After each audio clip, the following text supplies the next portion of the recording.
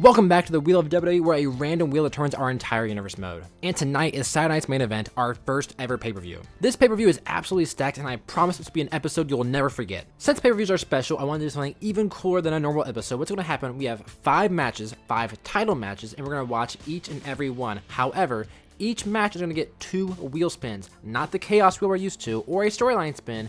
Each match is going to get a match wheel spin to determine what kind of match it's going to be, and I have a special pay-per-view wheel that are going to determine consequences for the winner or the loser of each match. So to start, before we do any wheel spins, I want to show you the card for tonight. We have the Usos taking on Roman Reigns and Seth Rollins for the vacant World Tag Team Championships. We have the finals of our Intercontinental Championship tournament. We have Dirty Dominic Mysterio taking on Wade Barrett. We have a triple threat that's been building for weeks. We have Ricky Saints taking on El Grande Americano and Matt Cardona for that US Championship. We have Rey Fenix defending his WWE Championship against Gunther. And in the main event, after defeating him in a non-title match, Kenny Omega finally gets a World Heavyweight Championship shot against Jeff Hardy with the belt on the line. I'm so excited for this, but before we get into the wheel spins, I want to say, leave a like on the video, and if you are liking the content, subscribe to the channel. Starting off, we're going to do the Shield, Roman Reigns and Seth Rollins, and the Usos. This match, we're going to go back to the wheel, and we're going to determine what the pay-per-view wheel is going to say for the match. There's a lot of cool entries. I'm so excited for you to get to see all of them. So we're going to spin the wheel, determine what's the consequence for the outcome of the match. Could be good, could be bad, and it's going to have a mandatory defense. Whoever wins has to defend the title on the next Raw or SmackDown. So whoever wins this match,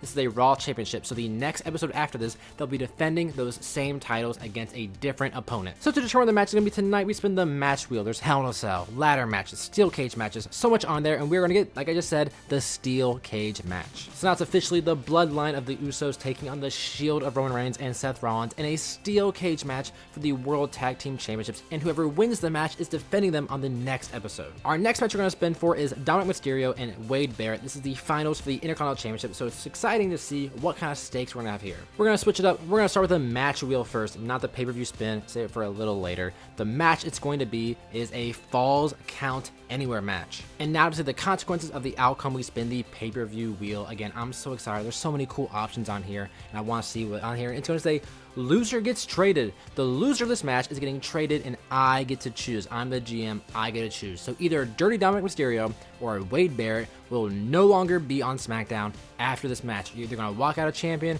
or you're walking yourself to Monday Night Raw. And don't worry, I'll be announcing that trade as soon as the match is over. Our next match is the triple threat for the US title, El Grande Americano, Matt Cardona, and Ricky Saints, the new leader of Legacy 2.0. For the match type, we're back to the match wheel, and this triple threat match is going to be a tables match. And the pay-per-view is going to decide that the outcome of this match, the winner or loser, is going to be a next pay-per-view stipulation. So what this means is that whoever wins this match is going to defend the US title at the Royal Rumble, which is in 3 episodes from now, and they get to choose the stipulation. They don't get to choose their opponent, but they get to choose the stipulation of that match. Our 4th match is Rey Fenix putting his WWE Championship on the line against Gunther. And the wheels decide that Rey Fenix and Gunther are going to compete for that title in a submission match. This has to heavily favor Gunther. And the pay-per-view wheel has decided that it's going to be, for the outcome, a no rematch. No matter what happens, they are not getting a rematch. So it's not going to be an automatic rematch on SmackDown or Royal Rumble. Whoever wins is going to take that title and go on to bigger and better things. And our main event, again, Jeff Hardy putting his World Heavyweight Championship on the line against the man who pinned him on Raw, Kenny Omega. And this match, this really exciting rematch from Monday Night Raw, is going to be in a you choose. I get to choose a stipulation. And I decided this match is going to be a last man standing match. You don't have to be pinned or submitted to lose your title, Jeff. You just have to be able to not answer the count of 10. In the final pay-per-view wheel spin of the Saturday night's main event, our really exciting first pay-per-view ever, and it's going to be a legend appears. A legend is going to appear post-match for a major pay-per-view program going forward. And I've decided you won't know who that legend is until after the match. So without further ado, let's get started. We have the Usos, Jimmy and Jay. We have the Shield, Roman and Seth, locked inside a steel cage. Now, we had just saw a steel cage match between Mankind and Triple H. That was the first person to either escape or get pinfall. Now, same thing here. They can either get a pin or a submission. However, it has to be both tag team partners that leave. So if Seth Rollins successfully leaves the cage, that just means that Roman Reigns would still have to leave as well. But that puts his team at a disadvantage because now he's 1 against 2. So he has to really time it well. What most likely is going to happen is that one person, let's just say Roman, is going to escape the cage. And that's going to allow one person of the other team, let's just say Jay, to escape the cage, leading to a one-on-one match between the other 2 competitors. So it's going to be about how much damage damage do you want to inflict before you try to escape? Because if I try to leave right now and I am successful, I'm leaving 2 tag team partners on the opposite team at really full health that can really take down my partner, do a lot of damage, they can both walk out at the same time. Now, Roman and Seth have not teamed together in about 7 years, and it's been 12 to 13 years since they've actually held the tag team titles. The Usos, on the other hand, were the longest reigning tag team champions of all time. They've main evented WrestleMania as tag team champions. They are the kind of the pinnacle of what it means to be a tag team in the WWE, so they have to have the experience. Yes, Roman and Seth have been better singles wrestlers. They've had World Heavyweight Championships, WWE Championships, Intercontinental Championships. They've held all of it. Roman's reign at WrestleMania more times than anyone else in history. However, it's still been a long time since we've been in a tag team, and that's what you're going to need. Exactly what I mentioned earlier. You have to have a strategy about when do you want to escape. You have to think that Roman and Seth are kind of thinking about themselves. They're a newer tag team. Again, they just kind of reunited. So they don't have a lot of time to really strategize. What are you going to do? What moves are we going to hit? I'll go after him. You go after him. What are they going to do? The Usos, they've been together since birth. They have the tag team titles so many times I've lost count. This is just another match to them. They just think about it intrinsically. They don't have to think. They don't have to talk to each other. They just know the other person's thinking, and that's going to be a huge advantage in this match. Especially with Big Jim right here already trying to escape the cage. Roman Reigns, the tribal chief, is not going to allow it to happen. If I were in this match, my strategy would be that I want my partner and me to do the most damage that I can and have us escape the cage first.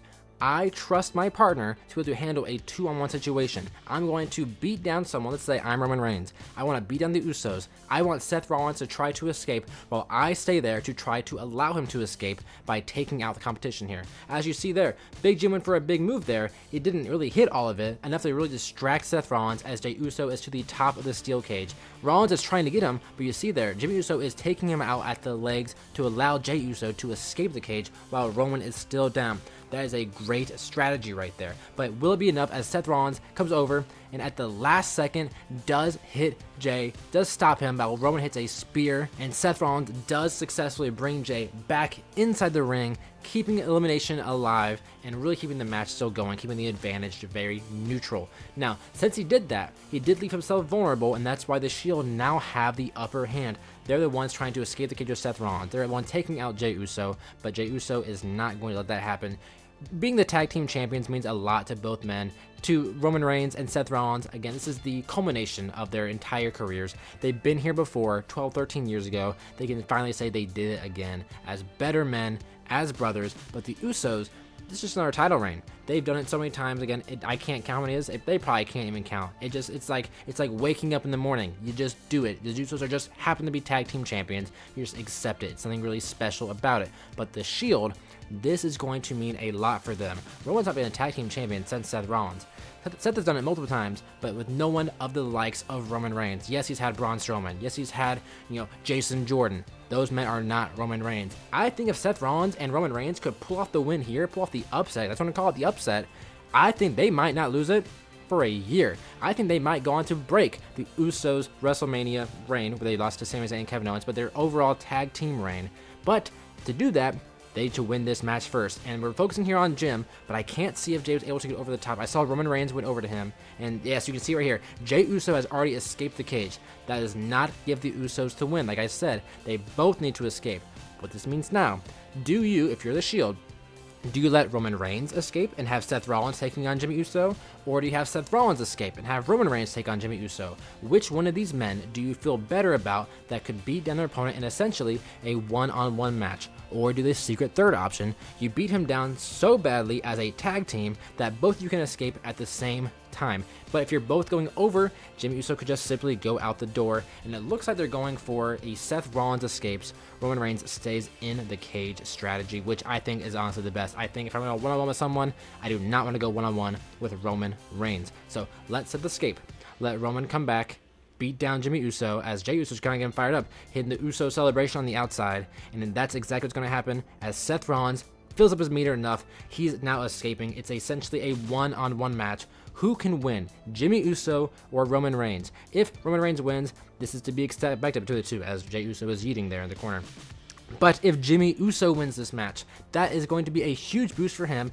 Not only do you beat Seth Rollins, not only are the new tag team champions, but you also have beat the Tribal Chief, Roman Reigns, what was essentially a one-on-one contest. So this could be major things for both teams. Roman's looking for a spear or a Superman punch, looking for the spear here. This, if he hits it, and he does not. A big knee from Jimmy Uso. Roman doesn't care. He gets back up. You have to think, if any two men on this planet know Roman Reigns better than himself, it's going to be his cousins, Jimmy and Jay, at his side the entirety of his career, and that is what's going to make him successful. I said earlier that if the Shield win this match, I don't know who's going to beat them. I think if the Usos win, I think that same thing applies to them, because if they already beat the Shield, then what will stop them from beating them again? Yes, had a big impact on the match wheel, and Roman Reigns is just a little short, a little slow. Jimmy Uso is going to escape the cage, and here we have it, the new World Tag Team Champions, Jimmy and Jay, the Usos, defeating the Shield in their re-debut in a steel cage match thanks to the match wheel spin, and we have some new tag team champions on Monday Night Raw. A great match, and like I said, I don't know who's going to come up to beat these men, because if Roman Reigns and Seth Rollins can't do it, then it's going to be someone else, I guess. But we're going to see them compete again this next episode on Monday Night Raw. They're defending their titles against someone else that we don't know about. What an incredible match. We're shifting gears already to the finals of the Intercontinental Championship Tournament. Wade Barrett taking on Dirty Dominic Mysterio. Both men have overcome adversity. Dominic Mysterio, start with him. He pinned Seth Rollins. He beat Javon Evans. Now he's made his way to the main event here of the championship. Now, the tournament. Now, he also has defeated Mankind. Dominic Mysterio has won the most matches of any brand in this year's mode. He is 3-0, and he's hoping to make that continue and make it 4-0 and your new Intercontinental Champion. Wade Barrett, on the other hand, he defeated Obafemi in a huge upset. Then he went on to beat Braun Breaker while also being attacked by Sheamus mid-match, mid-entrance. So Wade Barrett has shown resilience. Not many men can say they beat Obafemi, and they beat Braun Breaker while also being attacked by Sheamus. That's a big odd to overcome, and Wade Barrett did both of it. So Wade Barrett, Dominic Mysterio, great path by both men to get here, quite possibly the hardest path for anyone in this tournament, and they both have proven that they are very capable of going out to win this championship. Now, they are going to be the Intercontinental Champion, the new champion, but the loser, like I said, they're going to get traded to SmackDown. I misspoke earlier. I said Raw. I forgot what brand they're on. I always assume the Intercontinental Championship is on SmackDown, but they're going to SmackDown. So, whoever wins, you're walking out as champion. If you lose, you're getting traded, and I get to choose who you're getting traded for. What's going to be interesting is that the match will decide this is a Falls Count Anywhere match, and I think that probably is going to favor Wade Barrett. He can hit the bullhammer anywhere, as he ended up busting himself open. Dominic Mysterio got him onto the steel steps, busting open Wade Barrett, but the bullhammer, the wasteland, you can hit that anywhere in the arena. Dominic Mysterio, yes, he has his little driver he hits, but his main move, the 619 into a frog splash, really has to happen in the ring, or at least a chance he can get to the top turnbuckle. So what's limiting him is his moveset. The big things he does, he can't do as well in this match. As I say that, he goes to the top rope here. Could he go for his 5-star frog splash, shout out his father Eddie Guerrero? And no, he hits just a crossbody. Close enough, but I don't think it's going to get the job done. And down it with a low blow. This being a Falls Count Anywhere match, that is totally legal. 1, 2, 2.9. Wade Barrett kicks out, and I don't know how he's commentating too, but he is commentating and wrestling, and he kicks out of the low blow. I was just asking myself, what is Dominic going to do to win this match? He doesn't need, a big move there from Wade, and he does not need his 619 or his frog splash. He's going to go for a low blow. It looks like Wade Barrett going for the bull hammer, and he hits it, the bull hammer on Dominic Mysterio right in front of himself on the outside. 1, 2, 3, undefeated no more. Wade Barrett is your new Intercontinental Champion, and Dominic Mysterio, pack your bags, you're going to SmackDown, but I want to welcome the newest member of Monday Night Raw, Trick Williams. And there we go, an awesome tournament. Started on a wheel spin. Now we have an Intercontinental Champion, Wade Barrett, and he just looks so good with that title. And this next match is a triple threat match for the US Championship. Now this is a really interesting build for how we got here. Ricky Saints, in a wheel spin, formed Legacy 2.0 with Randy Orton and Ilya Dragunov, went on to defeat Apollo Crews to qualify for this match. El Grande Americano did not qualify for this match. Who did qualify? Solo Sikoa. He defeated Elton Prince, qualifying for this match. However, the wheel had other ideas, and the wheel spin landed on Solo and had him get traded to a random member of Monday Night Raw, and that ended up being El Grande Americano. It was only fair that since you got traded for the man, you also took his spot in the pay-per-view match for this US title. So he didn't have to qualify. He got lucky in this wheel spin. Matt Cardona had to qualify against El Grande on SmackDown. I said only fair, since El Grande is here, he has to wrestle before the show, before Saturday night's main event. And doing so, his pay-per-view spot was safe. But the man he competed against, Matt Cardona, if he defeated El Grande, he would get added to the match, making it a triple threat. It's only fair if you beat the guy going for the title, you also get to go for the title. So that's how Matt qualified. That's how El Grande Americano got here. That is how Ricky Saints, but while I'm talking, El Grande throws him to the outside and just throws him to the table, and that's it. It was super. I didn't even notice, but El Grande is our new United States champion. I can't believe it was that fast.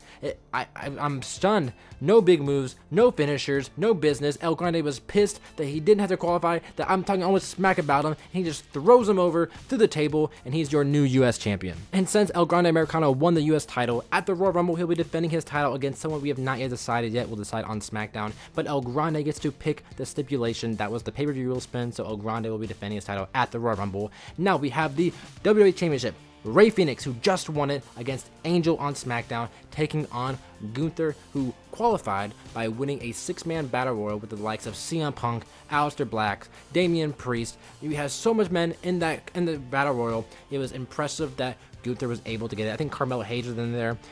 Gunther had a great strategy. He ended up throwing out, I think, 3 or 4 men, but Rey Fenix is no slouch. He is a really good wrestler and a really good face of this brand. That's not going to be for long, though, because if he loses this match, he cannot get a rematch against Gunther. It's going to go on to someone else. But if Rey Fenix pulls out the win, Gunther, I know you just won your Battle Royal. Back of the line, you're not getting a title shot while Rey Fenix is still our champion. He's going to a different feud. In a normal wrestling match, I say it's always 50-50. You're going to win or you lose. However, this is not a normal wrestling match. This is a submission match. That's what the match wheel decided, and that is strictly going to favor Gunther. Not only is Gunther bigger, he's stronger, he's better, but he also uses a sleeper hold to put away people just like John Cena, just like Goldberg, just like AJ Styles. He has made the best of all time, John Cena, tap out. He quit due to a submission maneuver as he bust open Rey Fenix in the turnbuckle. Not a great start for a current WWE champion. So Rey Fenix, he's built for the acrobatics. He's built for the high maneuvers. He's built for tagging with his brother Penta. Gunther is built for submissions. This match was the only match on that wheel spin that I would strictly favor Gunther in, and it sucks to be Rey Fenix, but this is what you had to get. This is what the wheel decided. Now, some critics could say that Rey Fenix had an easy path to the title. He got the storyline spin. Storyline decided that he's going to get a title shot, and decided he's going to title shot against Angel. Not necessarily the toughest competition. So this is going to prove that if Rey Fenix wants to be a fighting champion and a dominant force on SmackDown, he has to go against the tough opponents. Tough opponent like Gunther. There's opponents like CM Punk, like Cody Rhodes. They're like Randy Orton, Ricky Saints, El Grande Americano apparently. And now you have got to prove that you can beat them. Sure, you beat Angel, a tag team partner, or tag team wrestler. That's not enough.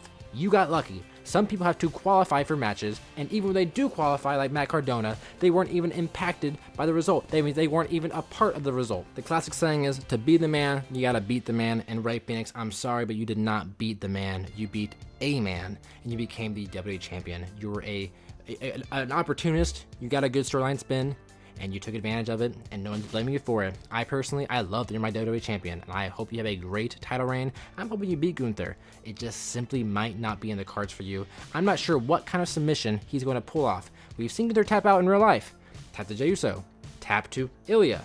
Maybe he can tap out to Rey Fenix as well. I just don't know what maneuver Rey Fenix is going to pull out to make Gunther tap. Now, it could be tap. It could be pass out. You don't have to make simply Gunther tap out. You don't have to make Rey Fenix tap out. Maybe Rey Fenix could target maybe the neck, like he hit there, maybe the body, maybe a leg, and use that to force Gunther to tap out. Gunther, your strategy is simple.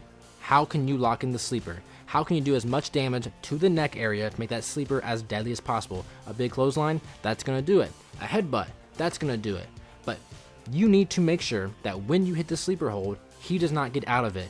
You don't want this to go on longer than it needs to, because the longer the match goes on, the more I start to favor Rey Fenix. He has the endurance, he has the speed, so if Gunther can put him away, do it fast. Do not let him stay around. Win your WWE Championship and do it now. Rey Fenix, you could take the risk of staying longer in the match. However, the longer the match goes on, the more likely you are to get caught. You can be so strict, you can be so intense, but you get caught one time, one mistake, he gets the sleeper hold on you, you've lost. Now, Gunther putting him on the top rope, you don't see this very often, and you don't see it now. He got countered by Rey Fenix into a big Hurricane Rana.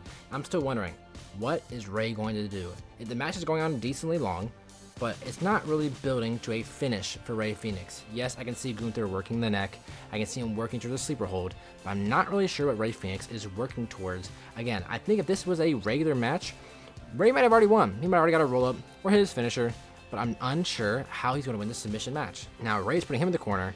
He could be going for that muscle buster like driver he does, and that's exactly what he's going for. This is how he won the WWE Championship, but he cannot win the title again like this. Now, how's he going to make him tap out? Do you instantly go for a submission? And Gunther counters. I think he was going to go for some sort of submission there, but that's what I'm talking about. Regular match, that's a 3 count. We've proven it was a 3 count. Gunther looking maybe a powerbomb, could be a sleeper hold. Doesn't matter, Rey Fenix counters out of it, as he's going to go to the top rope into a big drop kick. He wants him up. He wants him staying up as he's going to dive onto him, hitting a big cross body there. I'm loving the moves from Rey. Again, regular match, I think he's already won. Gunther looking for a German suplex, roll up by Rey Fenix, but again, Rey, you can't win the match like that. You have to win by submission, and what are you going to pull out? How deep is your bag here? Great move there. Could have been a pin combo. Can't do it simply. The longer this match goes on, I'm not even seeing a submission attempted by Rey, as Gunther going for a splash, and he does hit it. It's going to knock the wind out of you. At least Gunther's tried a submission. Rey has not even attempted it, so maybe right here, yes, he's going for it. Not the sleeper, but honestly, probably even worse. Bending the neck, not only cutting off oxygen, but almost starting to break the neck. Is Rey going to tap out? And he's not. He does find a way to kick out of it, as he gets kicked right out of his stance, as Gunther hits a big missile drop kick there. Same up here. This could either be the powerbomb or the sleeper hold. And again, doesn't matter. Rey's able to get out of it. Hitting a big clothesline there. Little comeback from Rey. 2 clotheslines. Catch the leg, sweep him, and now what's he gonna go for? That super kick again in the corner, or go for? He's getting him up for something, not the muscle buster, and hit the knee, and oh, a big move there. I like that. I like that from Rey. How you gonna put him away? He's locking in something on the arm, going for an arm submission. No, a leg submission. Hold the arm, get the leg, go for the body. That's not going to be enough because all your moves are going for the head. You need a sleeper hold or something like that, Rey. Gunther, again, another drop kick. He's just spamming him, honestly. I just think watching the strategy of both men here, Gunther has the better strategy. He is working towards the actual finish of this match. Why would you target the neck all match and then go for some sort of leg hold? Yes, it could hit the lower body, but that was mainly a leg submission as Gunther rolls out of there. You haven't targeted the leg enough. Gunther throwing him in the corner. Now imagine if he hit a muscle buster here. That'd be pretty sick. But has him on the top, going for his patented chops on the top rope, and then going for a leg. Yep, right into the neck, almost breaking the neck right there. Again, every little move Gunther does, he is working towards the finish, and that's why I think we're gonna have a new WWE champion tonight. Plus, we already kind of grazed past it. Rey Fenix is busted open under his mask. We can't see how much blood there is. He could be losing a lot of blood, impacting his thinking here. Also, the ref is counting in a submission match. I've never seen that happen, but Rey Fenix is going to break it up, I guess, in a... Oh, wow. Shout out his brother. Penta Destroyer there. Bust open Gunther. That's your opportunity there, Rey. That is what you're going to do. He's bleeding out of his head. Take him in the ring. Choke him out. Another big enziguri right there. But that could be the opportunity he needs here. If there's a count out, for some reason a count out in a submission match, it's going to go to Rey. Rey's the current champion. That's the champion's advantage. But I hope that Rey would not want to win like that. And as I say that, and he breaks the hold. Okay, I thought that was going to be it. I thought Rey really was going to take an easy win just like that. I've seen Sheamus do it when he turned heel. Maybe that'd be a Rey Fenix heel turn. But instead, Rey does break the count. So proving that his morals are a higher value than the WWE Championship. And wow, I respect it, Ray. As you get your finish right here again, I simply think it's good for it's a good story. It's not going to help you be the best you can be. As another Penta Destroyer, put him in the ring. Again, regular match, you could count to 100 and Ray is going to win. Is Ray looking for a count out? No. Going to the top rope. Gunther's he's all groggy. Huge move. That is why I love Ray Phoenix pulling off moves like that. Yes, get the crowd into it. Pull off the upset. David will beat Goliath here, possibly. But you can't beat him by pinfall. Get him in the ring. Choke him out. Gunther showing off something he doesn't really do too much. He really lost a step there. And now Gunther, he knows if he takes a countout win, he does not win the title. And the stipulation said, no rematch. Whoever wins is not going to challenge the loser again. So, what point is there to win by countout, Gunther, and then just never get a shot again? I can't tell if this is a submission here. I don't know. No, it looks like submission would be inside the ring. These men are just fighting on the outside. Hopefully Gunther will break the count. And no, he's taunting. I think that's going to be a countout. Gunther, you are stupid if this happens. You won by countout in a submissions match. First off, this is WWE. How does this happen? Are they going to hand him the title? I hope they don't, because Gunther, you're celebrating. Maybe it's the blood loss, but you just lost the championship. You can't win the championship via countout. I'm sorry, Gunther. You are not the champion. Ray Phoenix, you lost the match, but you retained your title, and thanks to the stipulation, you will not be challenging Gunther again. I'm so upset that happened. I'm so sorry you saw that. But now we have to move on. Ray Phoenix is your WWE champion. He will not get another shot for Gunther. So Ray Phoenix will stay champion, Gunther will do something else, and honestly he deserves it after taking a stupid choice there. And Kenny Omega and Jeff Hardy are picking up right where they left off on Monday Night Raw, where Kenny Omega pinned the World Heavyweight Champion on his debut in a non-title match. After 2 V-triggers, he busted open Jeff Hardy. He was able to get the 3 count relatively easily, as Kenny Omega just had Jeff Hardy's number. But in this match, it's a last man standing match. Doesn't matter if you can pin him for 3, can you pin him for 10? Jeff Hardy rolls out of the way there. I think Jeff Hardy has the advantage. In every match on our universe mode that has not involved pin or submission, Jeff Hardy has won. He's defeated Goldberg for that World Heavyweight Championship in a tables match. He can use tables tonight. But every match that Jeff Hardy's been in that could be pinned or submitted, he has lost. He lost to Kenny Omega in a normal match. Last man standing. No DQs, no countouts. You have to beat your opponent so badly they can't get up after a count of 10. Whoever does that is our World Heavyweight Champion. And remember, after this match, we're having a legend appear that is going to shake up this entire universe mode, as Kenny Omega going to the outside with a big dive on the outside. Love that from Kenny Omega. But that legend, I have not revealed who it's going to be. I know who it is. I spun the wheel off camera. That way you wouldn't know. You would be in on a surprise, just like either Kenny Omega and Jeff Hardy. Neither of them know it's going to happen. They don't know who's going to appear. They don't know if someone is going to appear, but I know who's going to be there, and it's going to be huge. And I do want to say, for that wheel spin, since it's a pay-per-view, that legend who's appearing is not just appearing for a one-off, not appearing for just a title shot. They're appearing full time as a permanent member of the Monday Night Raw brand. And in 3 episodes, we have the Royal Rumble, and that's going to be huge. A lot of legends can appear. Anyone is fair game. You do not have to be on the Raw or SmackDown roster. It could be NXT, could be free agents, could be people I just go and download, maybe some AEW wrestlers, could be some legends. The Royal Rumble is going to be amazing, and that's going to be in 3 episodes. This is episode 7, that'll be episode 10, and this is a good pay-per-view. That's going to be an insane pay-per-view, determining the main event of WrestleMania. Now, Kenny has been in control of this entire match, not enough to keep Jeff Hardy down for a 10 count, but enough to really keep him down here, as the referee is counting. I don't think Jeff Hardy is going to lose that quickly. Now, Kenny has not hit a V-trigger yet. No one-winged angel. It's simply just a couple suplexes as Jeff Hardy counters there. Great maneuver there, but Kenny Omega with the elbow into a V-trigger that is going to bloody Jeff Hardy up. I don't know why he hit him there. That's going to break the count. This is going for a second V-trigger, which he is, a second V-trigger. I think that's it. Kenny, don't touch him. Just let him sit there. You can taunt. Look at the crowd all you want. I think that's going to be it. Count to 10. count to 15, count to 20. I don't think Jeff Hardy's getting up. 2 V triggers put him down for a 3 count where he lost Monday Night Raw. I think 2 V triggers and busting him open were going to put him down for 10 as Kenny Omega showing off to the crowd, saying that not only did they beat him, oh, I lied, Jeff Hardy got up, and while Kenny Omega was taunting the crowd, Jeff Hardy did attack him from behind, saying he is not done yet. He is our World Heavyweight Champion for a reason. He's the man who beat Goldberg, who, as we know, defeated Roman Reigns in an Extreme Rules match that was one for the ages, and Jeff Hardy looking for a sledgehammer to really even the odds. I thought that was it. I thought 2 V triggers, bust him open, and that was going to be the end, and going to be a new reign for a World Heavyweight Championship with Kenny Omega taking the helm. And as World Heavyweight Champion, you're the face of Monday Night Raw. Can Kenny Omega handle that pressure?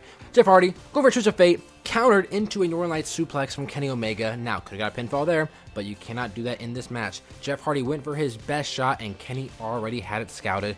Could be looking for another V trigger, but or going to let the referee count. Not only the one that hurt Jeff Hardy's back with the Northern Lights suplex, that's going to hurt his self-esteem. Not enough to put him down though, as he does beat the count of 10 at the count of 8. Went for a V trigger, Jeff Hardy counters into a forearm, then goes to the top rope after taking his shirt off. Thinking Swanton Bomb, Kenny Omega does not let it happen, but a double axe handle does take Kenny down. Now, top rope again. This has got to be a Swanton Bomb. This is what we're thinking from Jeff Hardy. This could put Kenny Omega away. Swanton Bomb, and he hits it. Can't get the 3 count, because again, no pinfalls, but I think that's it. I think Jeff Hardy is just going to retain his title off of the Swanton Bomb there. 7, 8, 9. On a 9 count, Kenny Omega does get up. He shows that he has the fighting spirit to be our World Heavyweight Champion. But after a neck breaker there, Jeff Hardy back to the corner, back to taunting. You see the blood on his elbow or on his eye there. Kenny Omega, can he beat the count? Can he beat the count?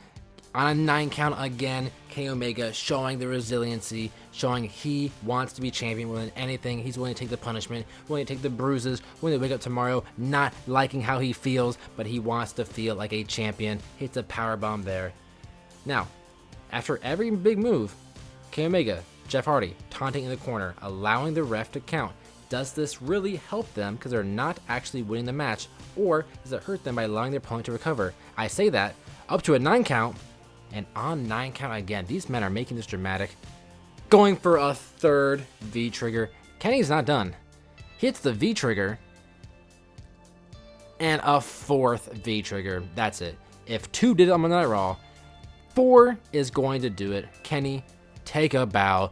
You've come in, you've beaten the World Heavyweight Champion on Monday Night Raw, clean as a whistle. You've come to Saturday Night's main event, our first pay-per-view. You watched the match wheel spin and it land on Last Man Standing. Were you scared? No, you were not. You defeated Jeff Hardy with 4 B triggers, and you are our new World Heavyweight Champion, celebrating with his World Heavyweight Championship. What a great show. Thank you so much for watching, but The Rock is here. The Rock is our legend from the wheel spin earlier, confronting our new World Heavyweight Champion, Kenny Omega. The Rock, Kenny Omega at the Royal Rumble for the title. It's confirmed. Thank you guys so much for watching Saturday Night's main event. I thought it was an awesome show. Make sure to like on the video. Comment below what was your favorite part of the episode. For me, it's got to be The Rock and Kenny Omega getting set up for the Royal Rumble. And make sure you subscribe for more Wheel of WWE.